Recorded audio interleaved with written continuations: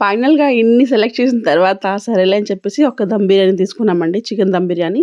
And మా బాబుకి, మా అమ్మకైతే నూడిల్స్ ఆర్డర్ చేశామండి. అండ్ మా పాపకైతే ఎగ్ బాయిల్డ్ చాలా ఇష్టమండి. బాయిల్ చేసిన ఎగ్. సో, ఒక గుడ్డు హెల్త్‌కి వెరీ గుడ్ అన్నట్టు మా పాప తింటూ మొత్తం కింద పడేసిందని చెప్పి ఎక్స్‌ట్రా ఒక గుడ్డు ఏయించుకున్నామండి. అండ్ మా హస్బెండ్ కూడా ఇది బాగా నచ్చిందని చెప్పారు.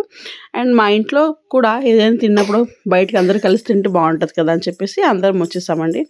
అండ్ మా పాపకైతే ఇక్కడ ఉన్న నిమ్మకాయ ఎంత నచ్చిందో తెలీదు గానీ, తీసుకొని మొత్తం చప్పరించుకుంటూ తింటూ, అది తినడం కాకుండా మా అందరికీ తినిపిస్తుందండి. అసలు అలాంటిది మా పాప.